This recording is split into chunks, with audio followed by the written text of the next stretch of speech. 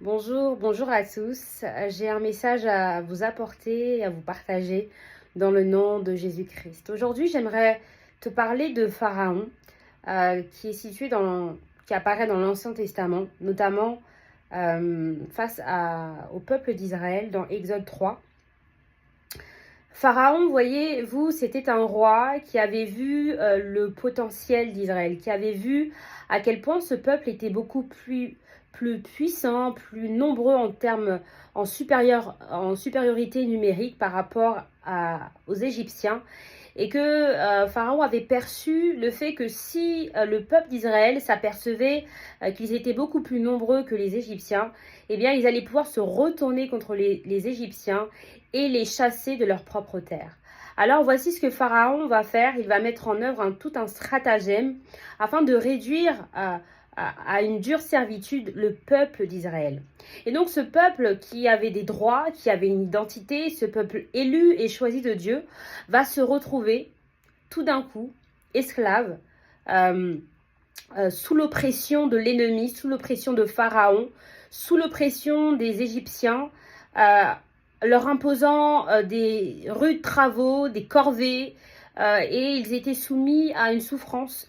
Elle était physique, elle était psychologique, elle était émotionnelle. Donc le peuple d'Israël se retrouve comme pressé par l'ennemi. Et voyez-vous, aujourd'hui, alors me direz-vous, mais qu'est-ce que Pharaon a à voir dans ma vie? Eh bien, Pharaon, c'est une figure de Satan, mais c'est également un esprit qui veut régner, qui veut vouloir ou qui peut vouloir, régner dans quelques domaines de ta vie. C'est-à-dire que peut-être que Pharaon a vu ton potentiel, il a vu ton étoile, il a vu ta lumière, il a vu que tu allais aller loin. Et de ce fait, eh bien, il veut t'oppresser, il veut vraiment t'imposer des souffrances afin que tu ne sois plus en mesure de chercher Dieu ou bien de déployer ou de croître.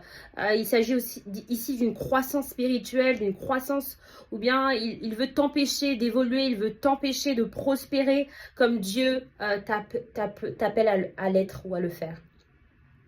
Alors aujourd'hui, j'aimerais que tu puisses prendre conscience de ton identité. Et ton identité, elle va se révéler quand tu vas chercher la face de Dieu. Plus tu vas chercher Dieu et plus Dieu va te révéler qui tu es dans son royaume, ce à quoi il t'appelle, tous les dons, les talents qu'il a déposés en toi et quelle est ta mission, qu'est-ce qu'il attend de toi et tous les projets de paix et l'avenir d'espérance qu'il a tracé pour toi. Alors, je veux t'inviter aujourd'hui à vraiment rentrer dans la présence de